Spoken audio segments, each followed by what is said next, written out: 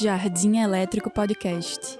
Nonsense, literatura e teatro, sem deixar de lado as frivolidades. E hoje estamos aqui com Júnior Aguiar. Júnior, seja muito bem-vindo. Uma honra. Muito obrigado, uma honra ter você aqui, uma figura tão importante do teatro pernambucano, no meu podcast. E gostaria que, para começar, você se apresentasse, falasse um pouco, se apresentasse ao seu modo, para quem não lhe conhece e quer saber um pouco mais do seu trabalho.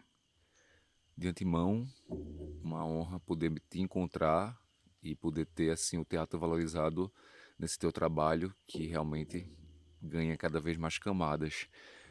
Sou o Júnior Aguiar, tenho 42 anos, tenho um coletivo de teatro, que é o Grão Comum. Estou há mais de 25 anos nessa carreira de estudar o teatro, e agora imerso na educação, e agora imerso na espiritualidade. Fiz alguns espetáculos que me alegram o coração nessa carreira, como os monólogos do coletivo, né? Fiz o Abanoí, Desse Lado Onde Estás, depois veio a Trilogia Vermelha, agora uma obra de Geraldo Maia, Abreu, e agora tem alguns futuros projetos para nascer. Me alegro. E estudei um pouco do teatro através de alguns teóricos que realmente é o que fundamenta o meu teatro. Eu digo que tudo começou pelo estudo do teatro primitivo, cerimonial, que hoje leva ao xamanismo, inclusive a história da casa. Estudei, na verdade, o teatro de Bertolt Brecht, que na verdade é esse teatro épico, político. Estudei o teórico francês Antonin Artaud, que me leva a esse teatro ritualístico também, e a brasileira Denise Stoklos, com o teatro essencial. E aí eles me deram essa alma do que eu faço hoje no teatro. Eles são bem o meu norte, o meu mapa. E me alegro de ter feito 2 residências fora do país, lá em Portugal e passando pela Itália também, que me fez ter uma visão do Brasil de fora. Então acho que isso é uma coisa que me alegra aí na caminhada. Excelentes referências. Mas e aí, mais de 25 anos de carreira, e eu quero começar te perguntando, Júnior. Hoje, para fazer teatro, no mundo agora de, não sei se é pós-pandêmico ainda, que a gente ainda não tem muita certeza, mas ao mesmo tempo é uma coisa meio pós-pandemia, ainda é meio pandemia. 2022, ser ator de teatro, como é? Engraçado, eu conversei com meu parceiro de teatro, que é o Asaías, e aquela dúvida sempre se o teatro morre ou não. Eu entendi que o teatro nunca vai morrer, porque sempre contar uma história não tem época da história da humanidade que vai fazer isso desaparecer nas cinzas. Porque realmente o homem está predestinado, não tem um ser humano que não ame ouvir uma história que é contada. Agora eu estou em crise com o teatro. Realmente o teatro foi sacudido, a gente realmente está no futuro. Aquele futuro realmente chegou, e ele chegou realmente transformando a cultura, tudo. Aí é engraçado, né? Você vê hoje todo mundo fazendo dublagem nas questões das redes sociais. Todo mundo grava uma cena, todo mundo virou ator, atriz. Estás falando do TikTok? Também. Então, realmente, eu vejo que, nesse ponto, tá todo mundo fazendo sem nem saber que tá. Uhum. Então, ele tá vivo, mas mudou os códigos. Realmente. Hoje eu vejo as pessoas sem ter paciência de escutar uma obra longa. Tudo é muito rápido. Acabou sendo uma coisa mais nichada, né? Mais ainda. Teatro ficou mais de nicho ainda. Exatamente. Então, realmente é bem desafiador. Eu tô bem me perguntando, será?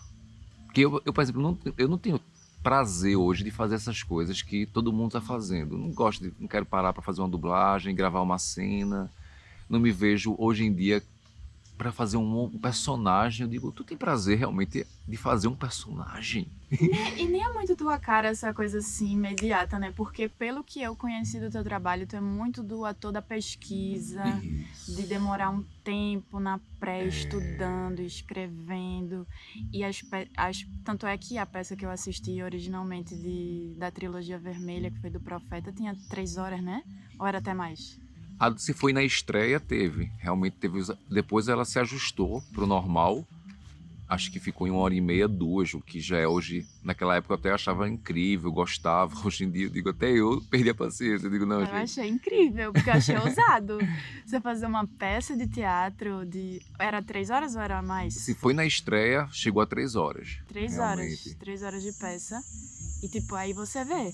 Hoje em dia a galera não aguenta nem 30 segundos. Exatamente. Eu até fico brincando, digo, então é melhor, a gente tem menos trabalho. Todo mundo, vocês só querem meia hora de trabalho? Nossa, antes eu tinha que me esforçar para fazer uma peça de 1h30, tinha que passar 1h30 atuando. Agora vocês querem só meia hora e tá tudo bem, tá tudo resolvido, então tá certo, bora entrar no jogo.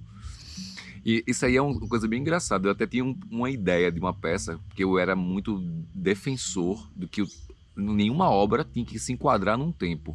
Então cada obra tem um tempo específico. Eu era dessa linha até mudar. E eu até brinquei, eu disse, eu vou fazer uma peça em que ela vai começar, e quando ela chega em 30 minutos a gente acaba, e quem quiser sair pode ir. E ela, com todo mundo que quer já... terminou, graças a Deus.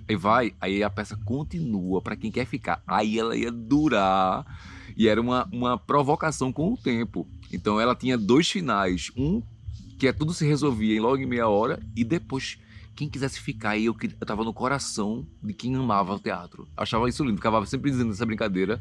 Eu gostei. Que eu ia fazer essa peça, porque realmente era quase que uma cura. Porque era muito chato fazer teatro e dizer, nossa, tem que ficar em 1 hora, não sei o que, tá longo demais. Nossa, 2 horas. E aí eu disse, não, eu preciso curar isso, porque então eu vou fazer uma brincadeira. Mas eu acho que é até deselegante, né, pra pessoa que tá lá assistindo. É você dizer que quanto ator, você pode ir embora, mas se você quiser... Na verdade, tinha um final ali. Ali terminava uma parte do espetáculo que, se ela fosse, ela não ia perder. Não era nem que era... não, realmente terminou. Meia hora, você já pode ir. Agora vai continuar. Então, assim, fica só quem quiser. Que era bem isso. Eu queria que só ficasse quem dissesse, nossa, eu quero ficar. Deixa eu ficar vendo aí até onde vai. Pronto. E aí eu tinha uma paz de espírito de poder continuar sem ter essa pressão. E só ficava o público que quisesse também. Então era... Acho uma boa, bora botar isso daí em prática. Bora, eu acho bem, retomei hoje. Sim, retomou hoje? Pretende fazer? Pretendo, realmente. Qual? Não, eu tô brincando. Essa ideia, realmente, então vamos um dia fazer.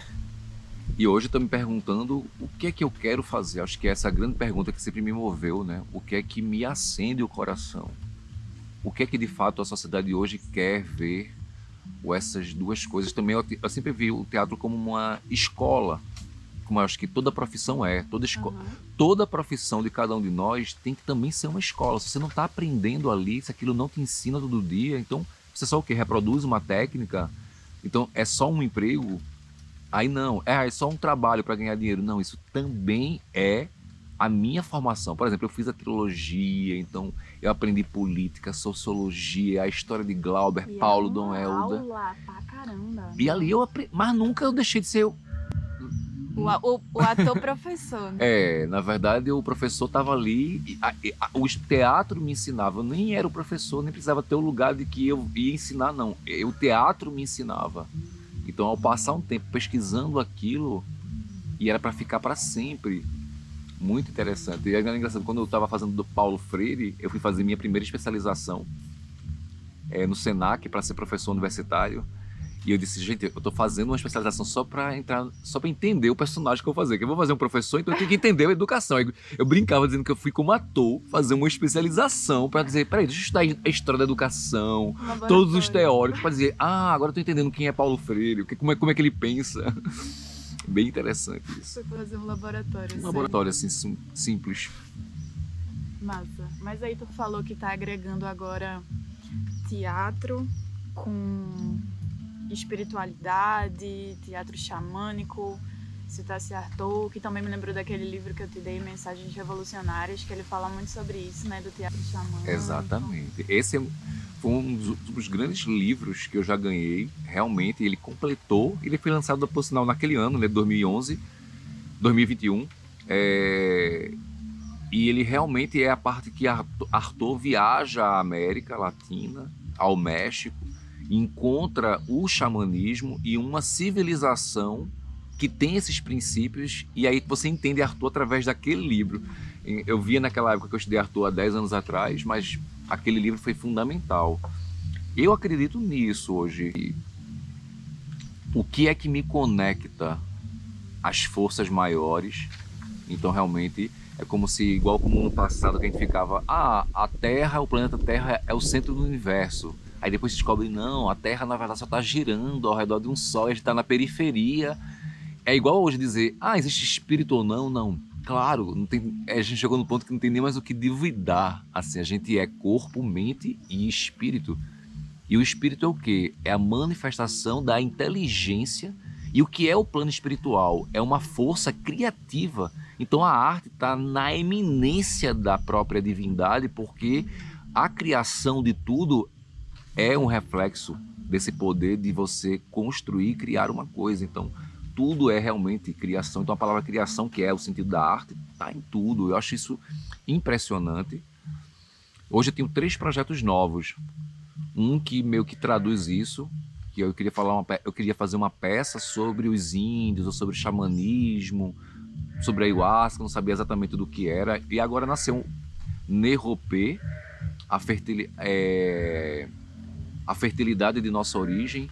E na verdade, Neropê, eu pesquisei só escritos e falas que os índios fizeram ao branco. Então a peça genuinamente é o índio que fala ao branco.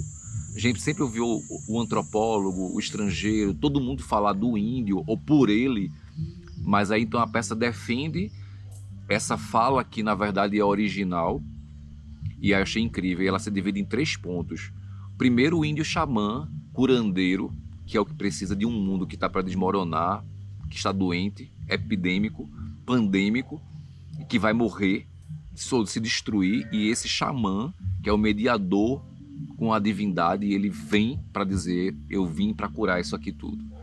Um segundo ponto é o índio que chega na política e no poder. Então é a história de Evo Morales, primeiro indígena presidente eleito no mundo, e vai à Europa, e lá no parlamento de toda aquela Europa diz, vocês entraram na América, roubaram não sei quanto, ele diz um número exato de ouro roubado, prata roubada e cobre, porque estão nos arquivos das Índias Ocidentais. E vocês nos ensinaram a aprender juros, correção, pois a gente agora vai cobrar de volta. É incrível. E um terceiro ponto é o índio que pega em arma, que é a luta zapatista, a guerrilha indígena. E aí é o índio que entra na briga e na guerra, pegando em arma. E aí a peça meio que fala sobre esses 3 pontos e chega nesse coração latino-americano de novo. E aí isso me alegra, tá sendo montado, tô estudando. E me leva a uma dúvida, porque hoje o teatro tá nessa crise. Você não tem o direito de falar pelo índio, porque ele tem... Eu deveria então chamar um próprio índio. Eu entendo essa discussão hoje do teatro contemporâneo. E ela me dói o coração, porque também até nisso, então é como se eu não pudesse mais falar. Mas eu estou seguindo o mesmo princípio de antes, que eu represento, como foi Glauber, Paulo e Dom Helder, aquela defesa política, porque é social, e eu sou quase que um advogado que estou indo para um tribunal defender essas falas, não porque eu queira ser o índio ou ele, não, eu estou ali como ator, como representando aquela entidade, e aí isso me alegra. No plano da trilogia... É um monólogo? Não está definido, mas a priori eu acho que eu vou fazer sozinho, mas pode ser feito realmente sempre só uma fala, né? Porque é um índio que fala ao branco, é o índio xamã, o índio político e o índio guerrilheiro. Então, a priori... Mas aí a gente está ainda estudando. São 2 roteiristas, eu e o André Zaá, e aí a gente também está construindo, aí veio a gente pensou, bora falar sobre a morte de Chico Mendes, ou a morte de Chicão. A gente entrevistou agora o filho de Chicão, né? Que é o prefeito de Pesqueira que foi interditado. A história é incrível. Ele é incrível, tanto que o pai morreu e o filho dele, na verdade, foi impedido de assumir, então a gente não sabe se traz essas coisas, pode criar diálogo, a gente pensou, bora criar como se fosse um jornalista que vai fazer, então tem diálogos, mas tá tudo ainda vendo como vai ser. E eu tô sem esse fôlego, assim, não tô conseguindo chegar lá pra dizer, vou fazer, porque senão já faz muito tempo que eu não faço uma peça e já era pra estar encarnando isso. E tô ainda dividido porque as coisas são tão diferentes hoje, eu não sei o que é que eu sinto, então eu não faço... Então, porque tu falou exatamente sobre isso, né? De não saber qual lugar tu tá ocupando agora e talvez não se sentir nesse lugar também, tanto de ator. Pois é, porque hoje está tudo tão... As discussões são incríveis. Primeiramente, o próprio povo do teatro ou da sociedade diz que a gente não tem mais o direito de falar. Então, assim, eu já teria que me preparar para defender isso. Ah, como assim tu vai fazer um índio? Tu não tem nada a ver com o de índio. E, assim, só pode fazer quem é.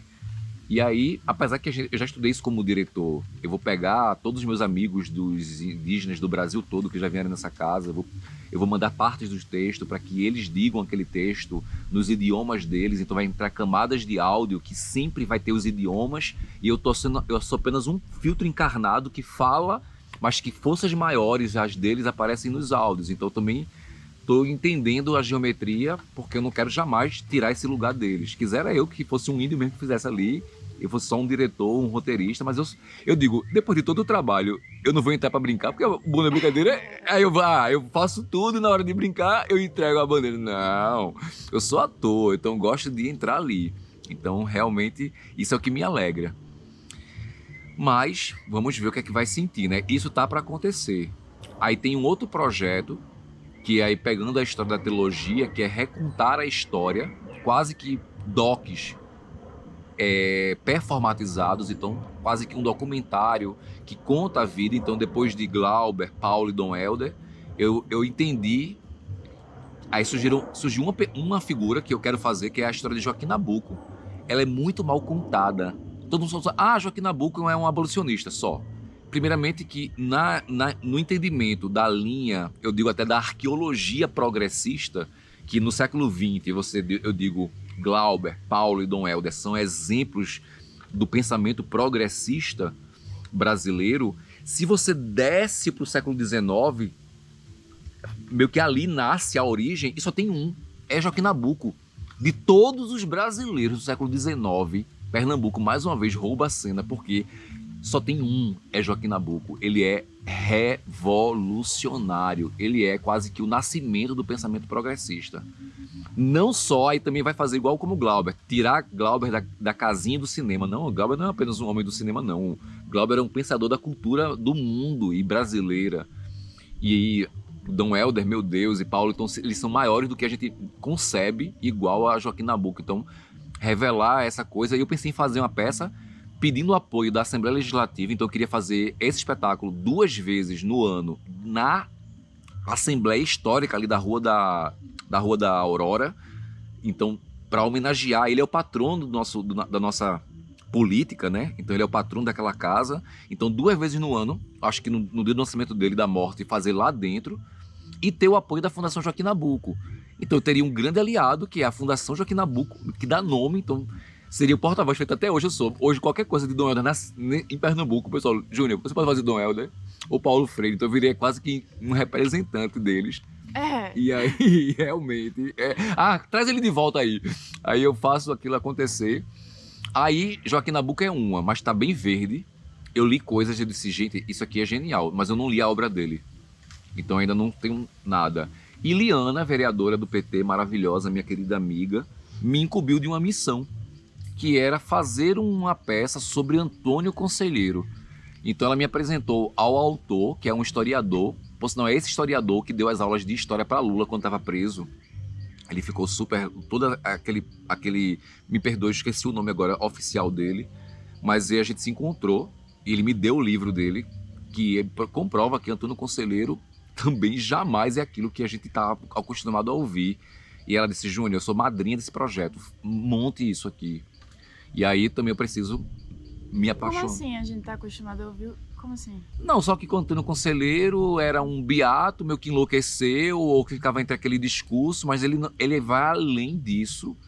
Ele realmente também meio que chega, então quase que num pensamento socialista, comunista, que era realmente aquela revolução de ter unido uma multidão de pessoas que se autossustentava e que ali é uma coisa que nem eu entendo, porque eu teria que estudar, mas não é aquilo só que a gente está acostumado a ver. E o autor que fez um estudo brilhante, livros assim gigantes, 2 livros, tá aqui, eu ganhei dele, e aí falta eu ler, e nesse livro tem o manuscrito dele. Então, assim, o homem tinha uma letra de uma caligrafia genuína. Por sinal, o livro mostra o original. Um livro mais de 300, 400 páginas. Mostra o original. Aí mostra a tradução, que tem erros e desalinhos. E depois uma parte ajustada do que seria o perfeito daquele pensamento. Então, ali tem... Então, seguindo essa linha dos personagens históricos, acho que poderia chegar aí. E tudo se conecta, né? Porque tu também... Glauber fez o Deus e o Diabo na Terra do Sol, que também fala sobre Antônio Conselheiro. Ele já bebeu nisso, exatamente, né? Então, Glauber já tinha essa visão e citava. E a Glauber era da Bahia, não tinha como ele não passar por ali, porque realmente estão tudo ali. Que é até engraçado, a última vez que eu encontrei isso genuinamente foi quando eu fui fazer uma pesquisa sobre... Cláudio Lira ia fazer uma peça sobre o sertão. E aí eu fui ler pela primeira vez Euclides da Cunha. Eu sempre via que Euclides era um gênio, não sei o quê, mas nunca tinha lido. Quando eu li... Sim, aí eu li. É realmente uma literatura indescritível. Aquilo ali é o ápice de uma literatura brasileira. Assim, não tinha nada igual. E eu fiquei deslumbrado, ele citando todo o sertão, ou aquela dimensão toda, né? À toa que Zé Celso também já bebeu ali, que o Sertões agora foi remontado, enfim. Então, realmente, Euclides também é um grande nome. Pra você ver, né? Eu tô muito nessa linha. Eu não gosto mais da ficção.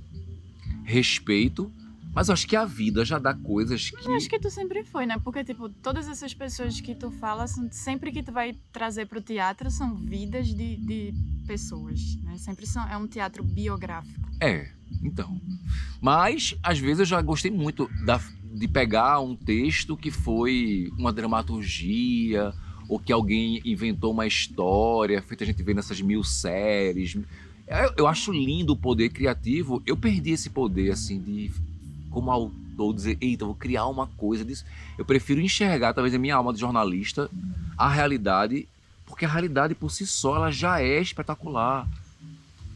Então, por exemplo, quando eu fui fazer Dom Helder, eu não entendia, quando Dom Helder foi expulso do Rio de Janeiro, e eu dizia, nossa, na hora que o Brasil todo diz, eu não quero mais Dom Helder.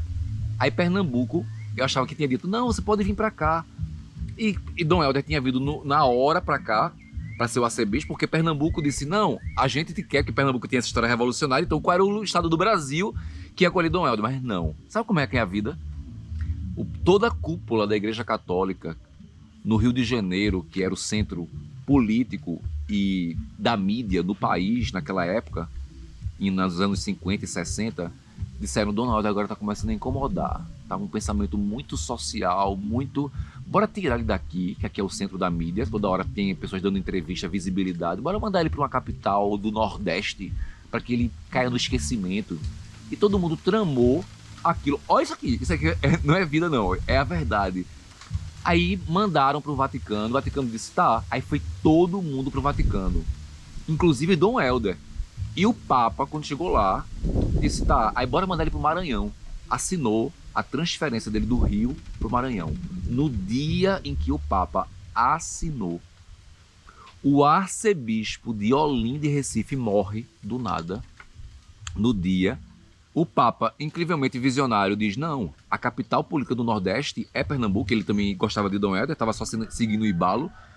Revoga o documento e transfere ele para Pernambuco. Ou seja, é uma coisa, e se não fosse em um dia, a morte do arcebispo do nada, num dia, não ao dia que assina, aí Dom Helder vem para Pernambuco e passa 30 anos e morre aqui, muda a vida dele e é de Pernambuco por uma casa assim.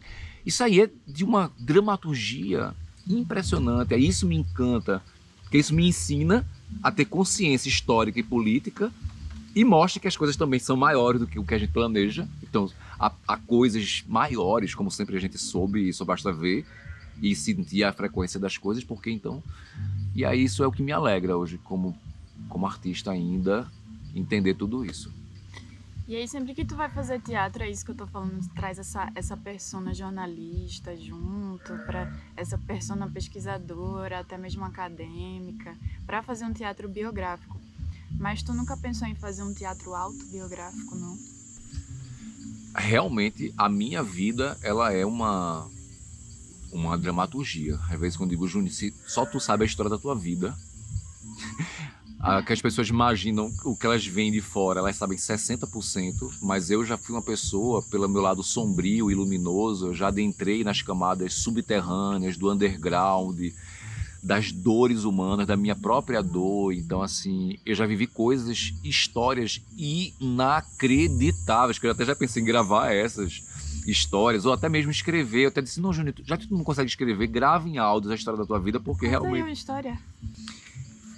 Tenho duas, né? Assim, uma é incrível. Eu fui pro Rio de Janeiro para estudar na Cal, e lá, passando 3 meses no Rio, aí eu disse, vou no aterro do Flamengo. Tava com dinheiro, andando na vida no Rio. Aí chego no aterro do Flamengo, vou bem perto do aeroporto Santos Dumont, e aí tem os arrecifes que entravam para o oceano da Baía de Guanabara. E aí, quando desse arrecife saíram 2 homens, que na hora que eles me viram, eles disseram, tu tem um dinheiro aí para almoçar? Disse, tenho. E aí peguei, na verdade, R$10, que na época, em 2001, era como se eu estivesse dando R$50. Na hora que eu disse R$10 aqui, eu, o quê? E aí se alegraram, pegaram o dinheiro e foram. E eu entrei nos arrecifes, indo. Aí eu vi o Rio de Janeiro inteiro de dentro do oceano. Todo o Rio de Janeiro. Aí a paisagem mais linda, eu num ambiente super... Aí quando eu chego lá, no fim, tem um grupo de homens que moravam ali, que estavam ali fazendo uma fogueira no meio das pedras, no meio da Baía de Guanabara. E eu, sem medo de ser assaltado, encontrei eles, a gente ficou ali conversando, tal. Eu sou ator de Recife, está na Cal, tô aqui. Ficamos conversando e depois, num certo ponto, eles ficaram, eu acho que eu contei essa história, e ficaram, um cara também dizia, eu tô com fome, não sei o quê. E eu disse, não, você tá querendo dinheiro, mas não sei, não é... Até que ele pediu, tu não tem um dinheiro aí não pra eu comer? Aí todo mundo me olhou, e aí eu super naquela minha energia de tenho proteção e sou verdadeiro e tô aqui, disse, peguei minha carteira, abri, só tinha uma nota de R$50, então eu estaria assim, com uma nota de R$100 na época, e disse, tenho, vá lá comer. Entreguei a nota, aí todo mundo se olhou, eu disse, pronto, agora vão bater na minha cabeça, me jogar no mar, o cara não vai voltar, claro, e enfim, ele foi. E aí isso passou, pois esse cara voltou com o troco e disseram, a gente mora numa calçada, embaixo de uma maquise, aqui no centro do Rio, você não quer ir lá não? Aí eu disse, vou. Aí a gente voltou caminhando com essas... E o que me chamou a atenção é que os mendigos, os moradores de rua de Recife eram bichos, animais, e essas pessoas não. Eram iguais a mim, a você, a todo mundo. Eles só diziam, a gente tá aqui, na quarta-feira a gente lava a nossa roupa ali naquele negócio, no outro dia a gente pega a comida ali, a gente tá aqui porque quer. E eu... Era uma outra consciência. Cheguei nessa calçada, tinham mais moradores de rua, tinha um chefe deles. Quando eu cheguei, o chefe deles, que era um negro, virou assim, com um olho cego. A primeira coisa que ele fez foi estender minha mão. Estender a mão, eu disse, olá. Aí eu, tudo bom? Então, esse aqui é não sei o que, o ator do Recife, aí... Disseram, senta aí. Eu fui sentar no chão. Eles disseram, não, pega o papelão para ele. Eu digo, não precisa não. Aí, já dormiu na rua? Eu digo, não, ainda não. Quer dormir? Eu digo, não. Um dia eu durmo, mas hoje eu não vou dormir não. Aí, fiquei conversando até que eu fui para casa. Voltei uma semana depois. Passei no centro do Rio, almocei na McDonald's. E quando eu cheguei lá nos Arrecifes de novo, para mostrar as fotos do meu grupo de teatro, que eu ia apresentar o grupo de teatro que eu tinha, ficou aqui, né? Eles estavam cozinhando em latões de tinta nas pedras com a fogueira, aqueles mariscos que ficam colados nas pedras. E quando eu cheguei, disseram, você vai almoçar hoje com a gente? Aí eu disse, não, vai. Aí o cara fazendo com todo o amor do mundo, quando eu vi, já tava com um pote de tinta, cheio de macarrão branco, um ovo frito em cima. Aí eu entrei numa crise de Clarice Lispector. Eu disse, gente, essa comida suja ou não, eu como ou não como, eu tenho tudo na vida. Uma crise de Clarice. Não, uma crise, assim. Eu me lembro que eu parti com a colher o ovo e botei na boca e comecei a mastigar. O ovo foi virando um omelete, eu não conseguia descer, não. A barata travou. de paixão segundo GH. Tava tudo ali. Eu virei pro mar, não consegui comer, agradeci e fui-me embora. Essa é uma das histórias. E uma outra, que eu não vou aprofundar, mas eu tive um problema de dependência química na minha trajetória, assim, achava que o artista pode tudo e que, na verdade, tudo é lindo, a gente tem controle, e não teve. E realmente eu adentrei em camadas dolorosas da existência, e isso me levou a uma internação no começo da década, e aí eu fui viver uma coisa de homem que eu nunca tinha vivido. Quando minha família disse: "Você quer ajuda?", eu digo: "Quero", eu fui. Aí eu entrei numa clínica, no alto de uma montanha, com 70 homens, das mais variadas. Ali era assim, Plínio Marcos, elevado a Caramba, 70. Foi 70 aqui? homens. Foi aqui em Pernambuco, lá em Igaraçu, uma grande clínica caríssima. Minha irmã pagou, nem sabia disso, achava que ela tinha conseguido. E de repente, passei 6 meses. Fui achando que era 3. Quando eu cheguei lá, disseram: "Não, meu filho, aqui só, ninguém sai antes de 3 meses. São 6 meses". Eu: "Não, me prometeram que era. Não, são 6 meses". Eu passei 6 meses ali para me encontrar. Então foi revolucionário aquilo. Então também a parte da arte, de que é a liberdade, eu pode tudo, eu tenho a força, e não foi. Então foi bem complicado essa fase e esse capítulo da minha vida, que nas 1000 ramificações dessa raiz, aí tem histórias para 6 espetáculos, que Total. aí no meio aí quando eu saí disso foi quando chegou o xamanismo na minha vida. Aí também o destino é incrível. Mesmo eu já tendo estudado xamanismo desde 2005, foi quando eu saí desse tratamento, que tinha uma data para eu sair, eu não iria sair, e o destino moveu as forças, que eu fui expulso desse lugar no dia que era para eu sair, mas eles queriam que eu ficasse. E quando eu saí, um amigo meu que eu estava na Alemanha ligou para mim e disse: "Júnior, eu vou fazer a primeira cerimônia xamânica de Pernambuco". Assim que tu saiu da clínica? Assim, mas ele nem sabia.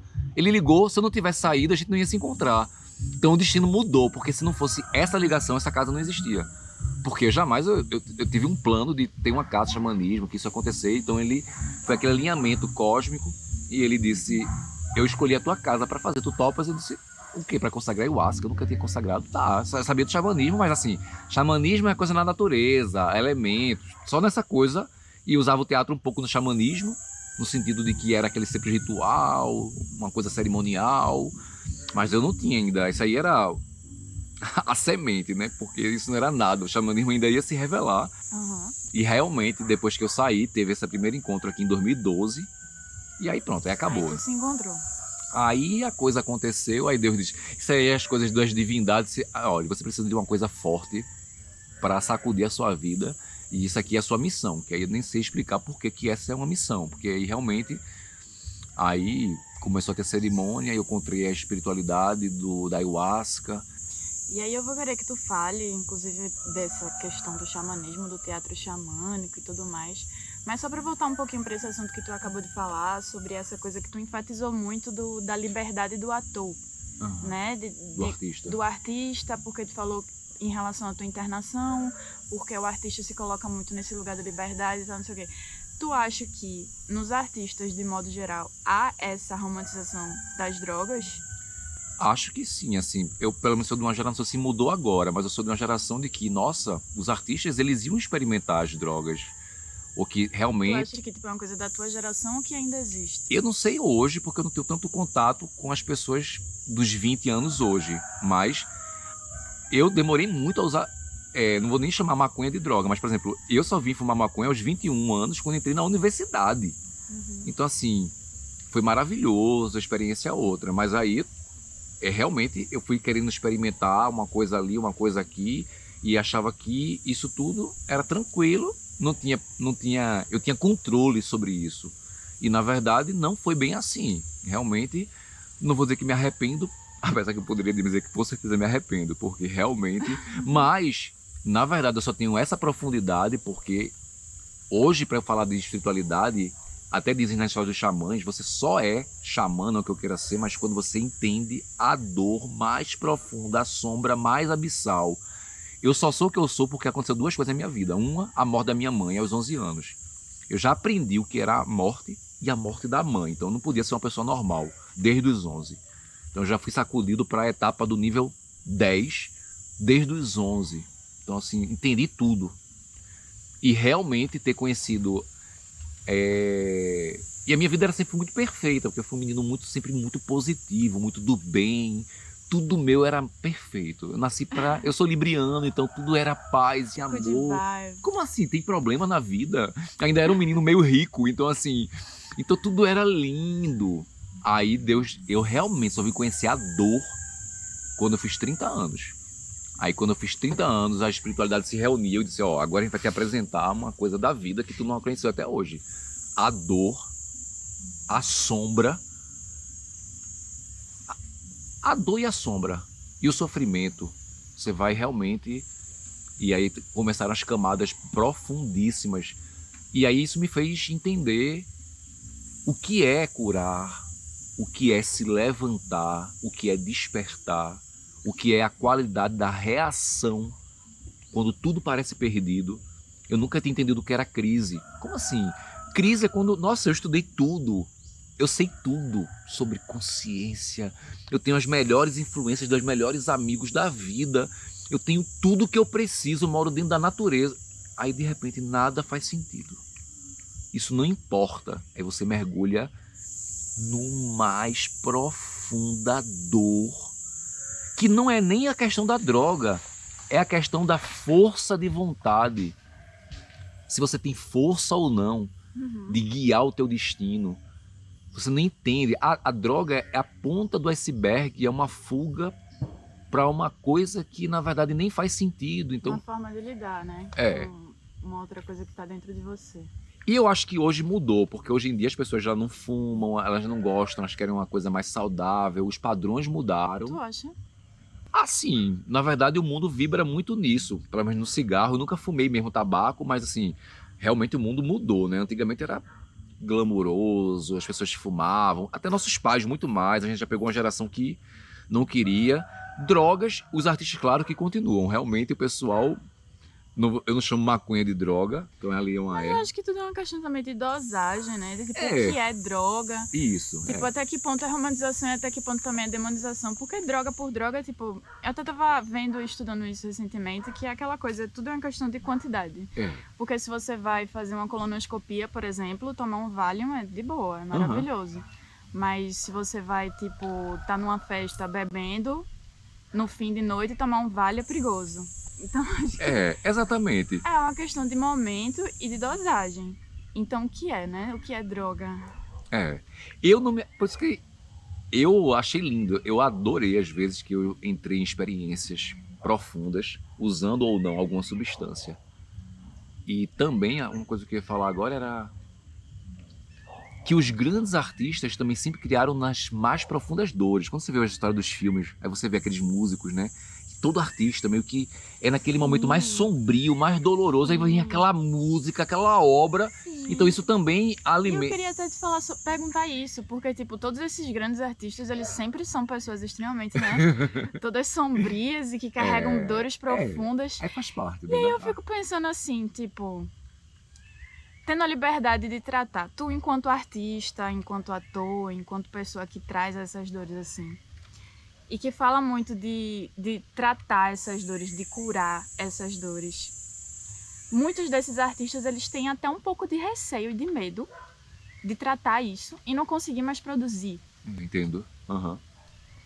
E aí, como é que tu se coloca nesse lugar de lidar com essas dores e ao mesmo tempo criar arte? Tuas criações, elas são inspiradas e advêm um pouco desse sentimento das tuas sombras?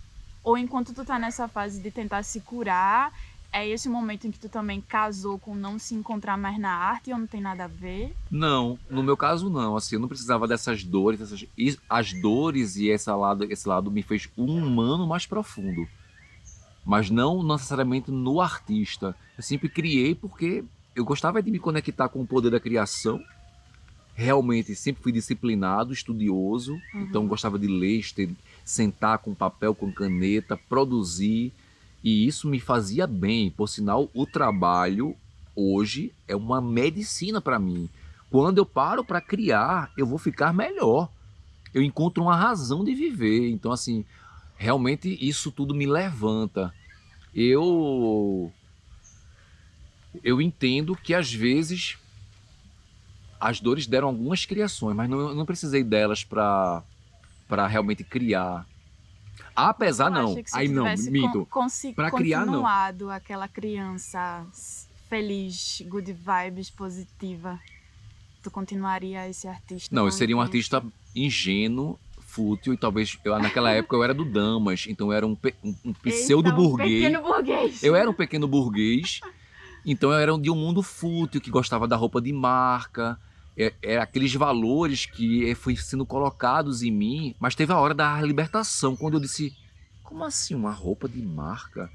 Meu sentido da vida, quando eu pegava um dinheiro, era comprar uma calça da Fórum, uma calça da M-Officer, uma calça uma bolsa da Company. Então eu nasci nesse universo que é completamente sem sentido. Quando eu despertei que isso não era o meu caminho, que na verdade existia o que a gente chama de humanização, e que os princípios são os sentimentos e o que você faz para transformar o mundo, aí eu dei um salto e deixei de ser aquela pessoa fútil e boba, mas eu era bom. Na verdade eu era assim, mas não era ruim. Então eu sempre tive um coração genuinamente iluminado de, nossa, eu quero o bem, eu faço o bem, eu sou bom nesse sentido, porque eu sou da egrégora do exército do bem. Então, essa era o que salvava. Era fútil, mas era bom. Que onda, né? Essa criança criada nesse mundo pequeno do burguês e agora te vendo aqui, em aldeia, totalmente despregado dessas coisas e vivendo o teatro xamânico. Então vamos falar sobre ele agora. Vamos. Júnior, o que é teatro xamânico? Eu, na verdade, na história do teatro, a gente sempre ouviu que o teatro nasceu na Grécia. Então, essa é a primeira grande correção.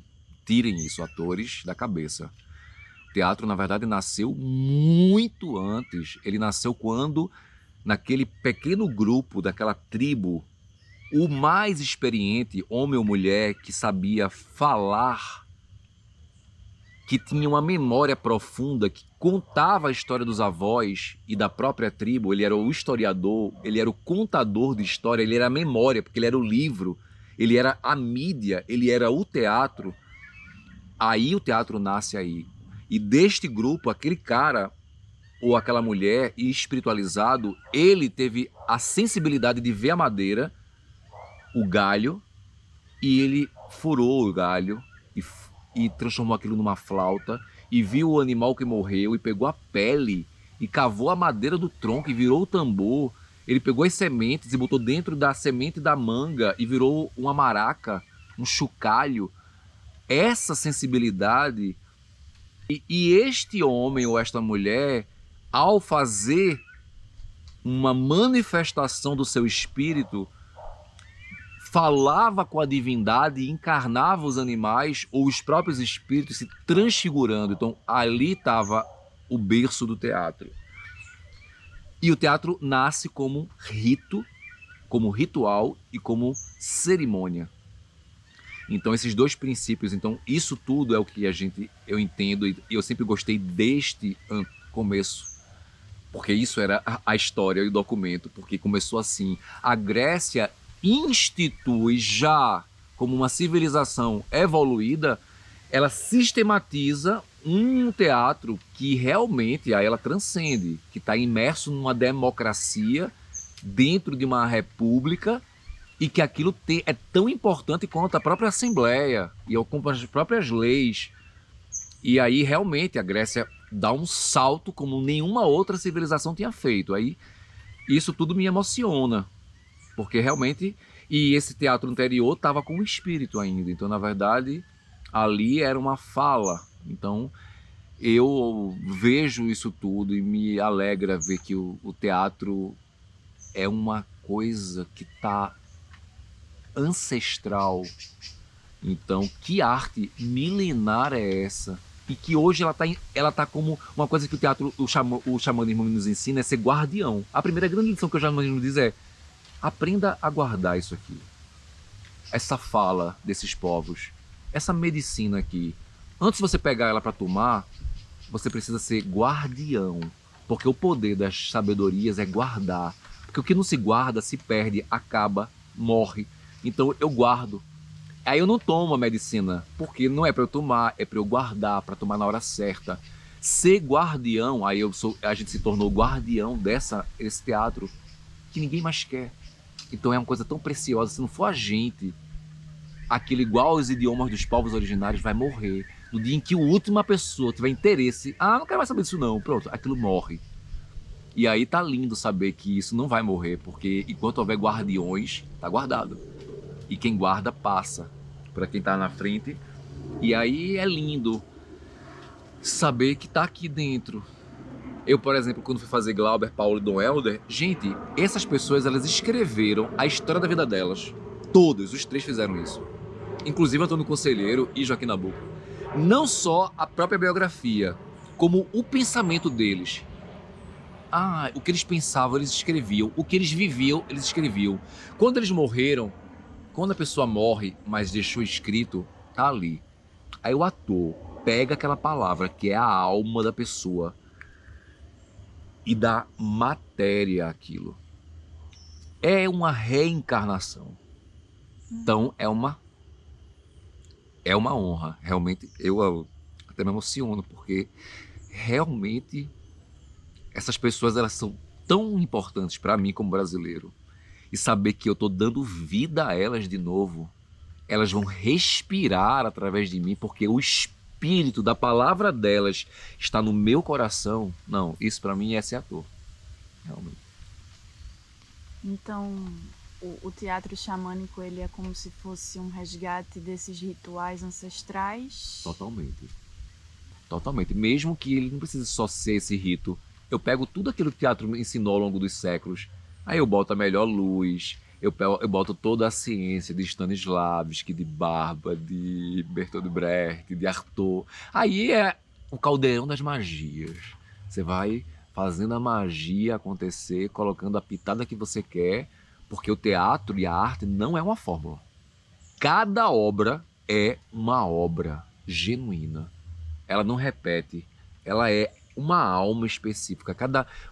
O xamanismo ensina que a palavra é espírito, a terra é espírito, o alimento é o espírito, contém o espírito.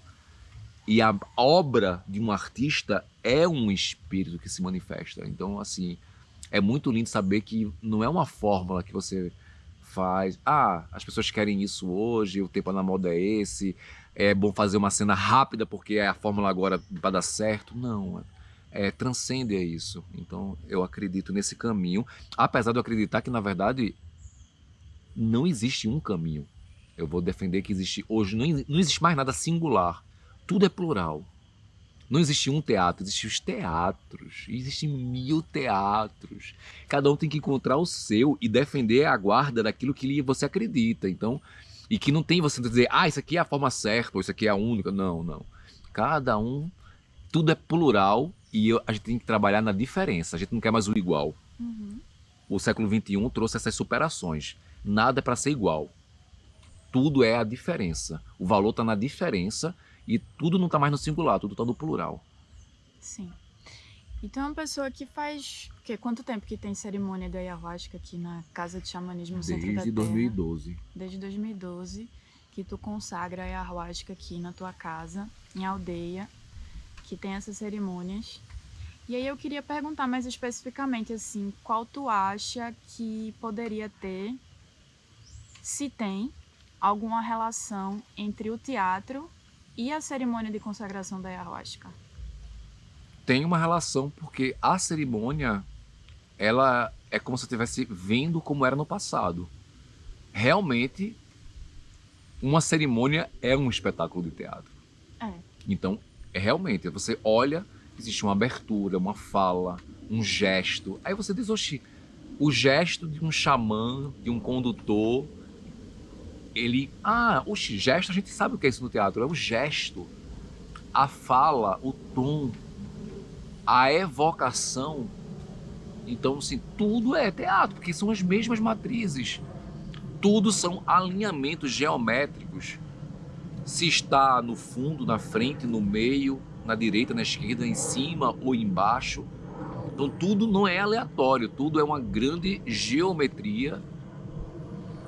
E que, na verdade, as pessoas... O que é cantado é o texto. Então, na verdade, tudo que é cantado, ainda mais isso, Eu só atinjo o espírito ou faço um trabalho espiritual porque eu canto, então é arte.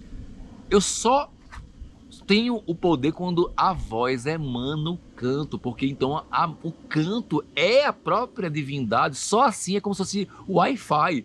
Aí ele vai e desce e a gente sobe, porque o canto, e num dado momento as pessoas se levantam para dançar, então você tem o canto, a dança, a fala, então tem todo... É um espetáculo. É um espetáculo, então assim, realmente é um espetáculo e de uma certa maneira ali tem narrativas. Cada letra é uma narrativa, de uma certa maneira é uma história e tá tudo ali, realmente é lindo. Eu realmente, hoje em dia até eu me tenho muito prazer de estar numa cerimônia e para mim é um momento que é muito emocionante para mim sempre ver aquilo acontecendo, porque é quase que um teatro que eu sempre quis. Então é como se tivesse realmente... Eu até disse hoje, acho que nunca vão me dar a honra de gerenciar um teatro aqui nessa cidade. Eu entendo. Então eu até achava, não, quando você chegar nos 42, daqui para os 50, só vai ficar um pequeno grupo. Eu consegui resistir até agora, mas eu não estou na panelinha. Mas eu disse, Júnior, olha essa arena. Isso aqui é o meu teatro. Olha o palco. Nossa, tá ali. Então realmente eu tive o melhor teatro da história da minha vida aqui. Por sinal, até os cursos de teatro são aqui, então aqui é uma arena. Uhum. Então aqui é tudo. Então até isso eu digo, não, tá massa. Deixa o teatro para quem também precisa. Tem tanta gente linda que merece um dia. Mas o que eu gostaria de um dia realmente ter a honra de dizer, Júnior, cuida de um teatro aqui por 2 anos, tu realmente dedicou tua vida a isso. E eu sempre queria falar uma ideia que eu sempre achei necessário. Eu achava que cada teatro municipal ou estadual, ou até mesmo os privados, o que deveria se fazer é ter residência. Então cada teatro deveria de manhã ter um grupo, à tarde outro e à noite outro. Se cada teatro chamasse 3 grupos, e aí cada teatro 3 e 3 e 3, todo mundo ia passar um tempo residindo e criando, e aí apresentava o resultado. Você tinha teatros como se fossem companhias. Isso não tem custo, é só uma generosidade de acolher e que se resolve tudo, porque na minha época o grande mal era a gente não ter lugar. Que é o que acontece aqui, né? Aqui tem residências de Exatamente. vários artistas que vêm e trocam sua arte, dão workshops, dão cursos Isso. e vão embora. É, residência é a alma. Realmente o artista precisa de residência, de casa. Então, mas todo artista merece ter um teatro. Eu hoje sou frustrado porque eu digo, eu escolhi ser ator para estar num palco. Aí dizem, não tem espaço aqui para você não. Não tem tempo, não tem pauta. Quando eu entro é por 3 horas, medido. E aí, mas eu queria estar 1 ano. Eu consigo num ponto de 1 ano e ocupar um palco 16, 20, 25 vezes. E o resto do ano inteiro. Aí eu fiquei meio assim, tem uma coisa que não tá... Eu escolhi minha vida, era para ter ficado no palco, ocupando, e aí eu não tenho esse direito. Aí eu não sei, aí eu fiquei em crise. Eu sei que aí, vai pra rua, ocupa qualquer lugar, mas... Não é assim. Não é assim, porque se eu escolhi isso, era pra isso. Eu também não tô tendo teatro. Sim, vamos fazer uma leitura agora, né? Finalizar com uma leitura dramatizada. O que você pensou pra gente? Eu tenho uma peça que tem diálogo, é Navalha na Carne, eu amo. Sim. Medeia, toda atriz sempre sonha e realmente tem textos... É meu sonho fazer Medeia. Medeia realmente tá... Começamos a estudar eu e Janaína, falta concluir, mas é incrível. Não tem uma fala de Medeia que não seja incrível. O último diálogo de Jason e Medeia, realmente.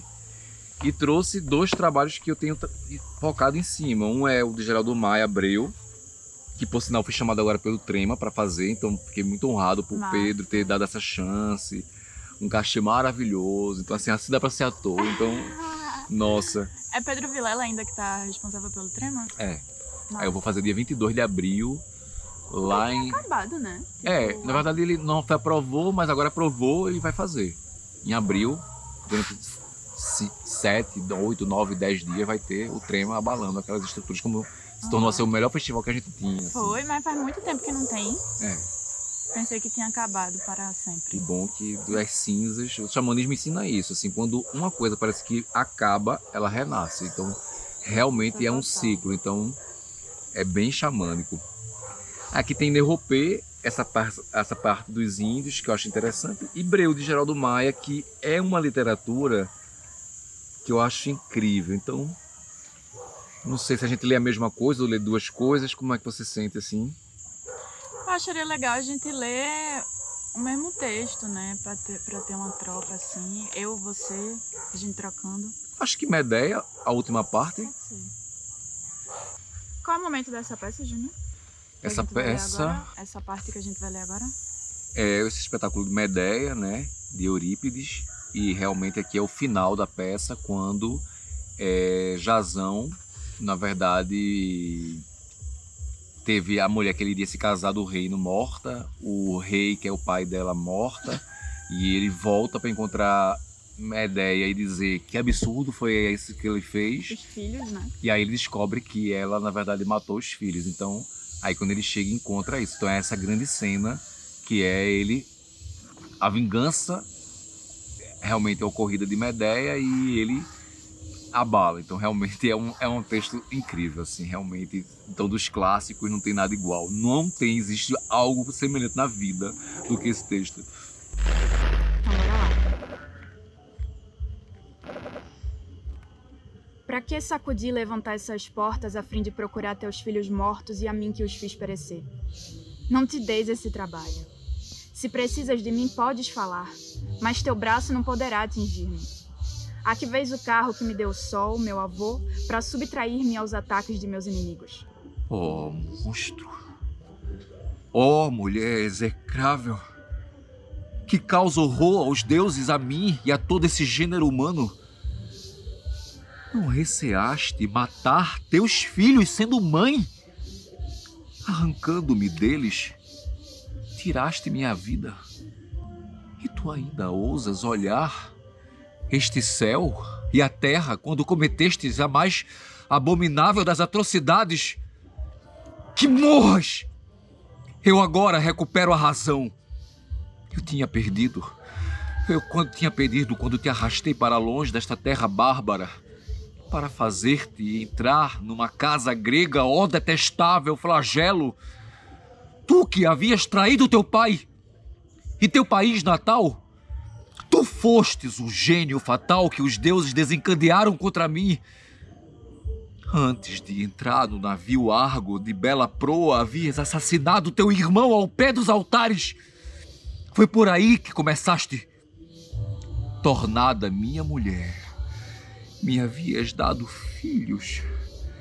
E eis que por ódio a um outro leito, a um outro Himeneu, os fazes perecer? Não! De todas as mulheres gregas, nenhuma existe que tivesse ousado semelhante atrocidade.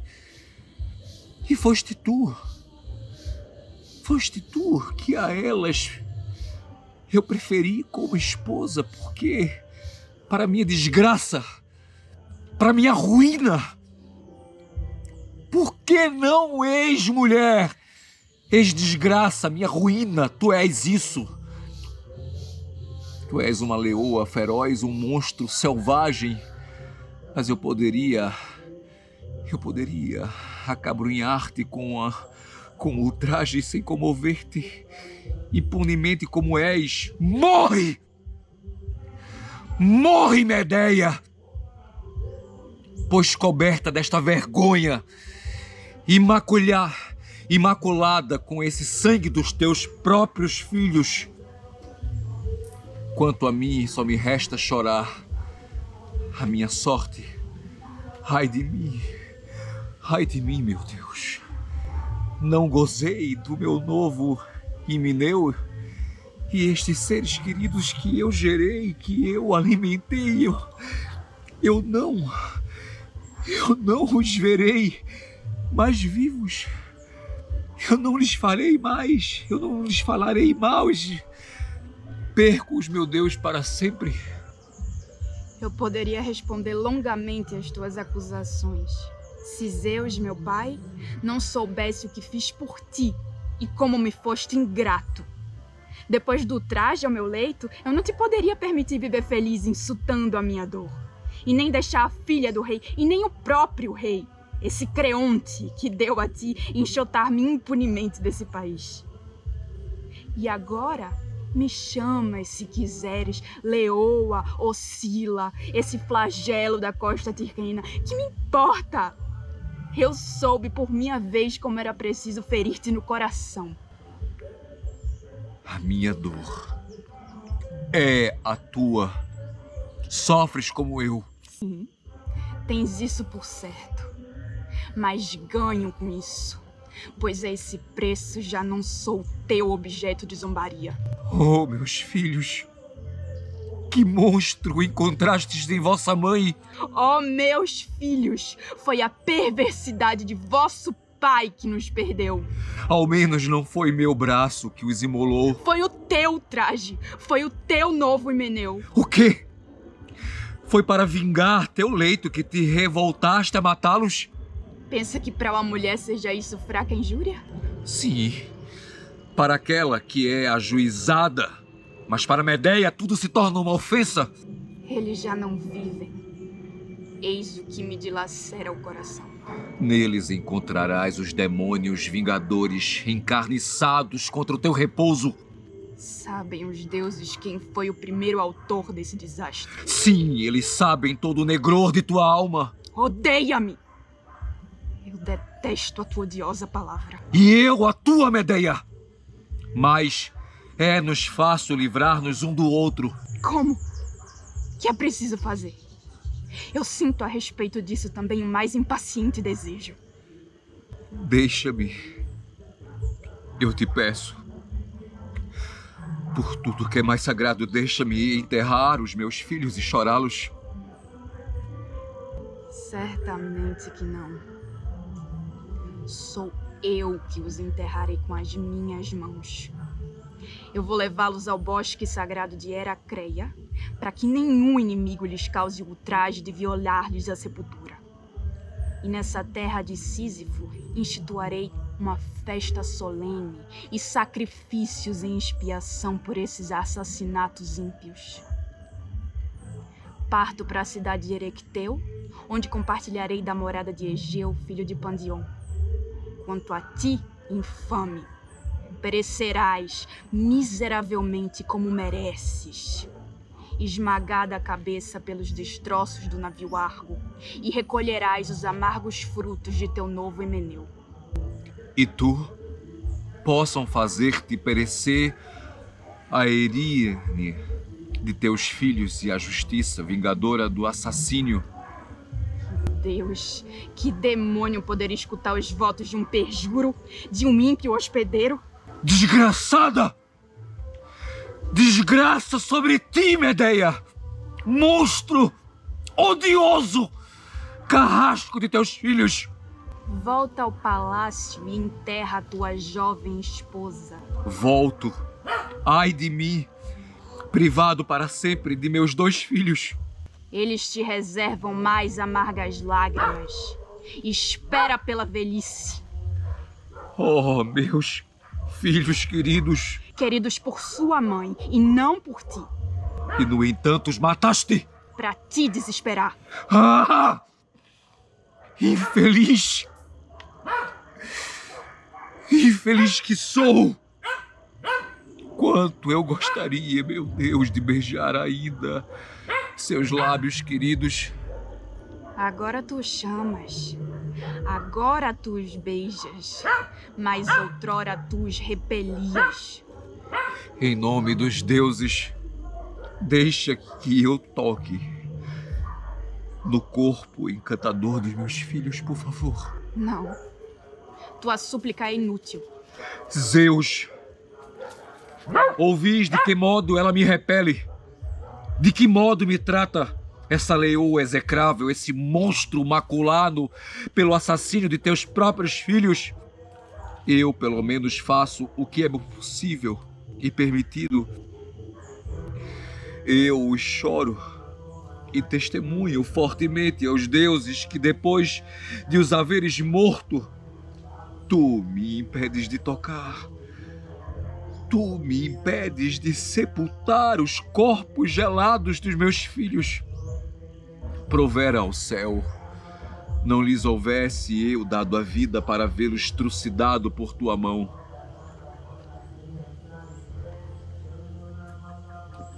É realmente. É um texto difícil, né, É cara? um texto que todo ator sonha um dia fazer. Com certeza. E é isso. Maria, Acho que podemos encerrar por aqui. Mas antes, porque isso é uma tradição do podcast, eu sempre encerro pedindo uma indicação de livro à pessoa que eu tô conversando. E agora chegou o momento. Indica um livro pra gente, Júnior. eu vou indicar um livro que é a biografia daquela coleção Estudo, de Cacilda Becker. Um livro que mudou a minha vida quando eu realmente li a história daquela grande atriz. Então hoje, que é dia 27 de março... Hoje é Dia Mundial do Teatro. Nossa, assim, realmente, então agradeço a gente estar nesse dia do Mundial do Teatro e eu queria saudar a memória dessa grande atriz, uma das maiores atrizes que o teatro brasileiro já teve. Cacilda Becker mudou a minha maneira de sentir, de ver, de pensar, e realmente a biografia dela, da coleção Estudos, eu acho que o livro só se chama Cacilda, mas é daquela coleção Estudo, que a capinha Eu é... tenho esse livro. Eu já li ele 2 vezes, ele me marcou muito e eu li depois que eu vi a peça de Zé Celso Cacilda, que foi um divisor de águas na minha vida, e estou saudando essa literatura linda. Obrigada, Júnior, pela troca, pela conversa, pela encenação. Que honra. A honra é minha também. E até a próxima. Um beijo. Gratidão. Gratidão.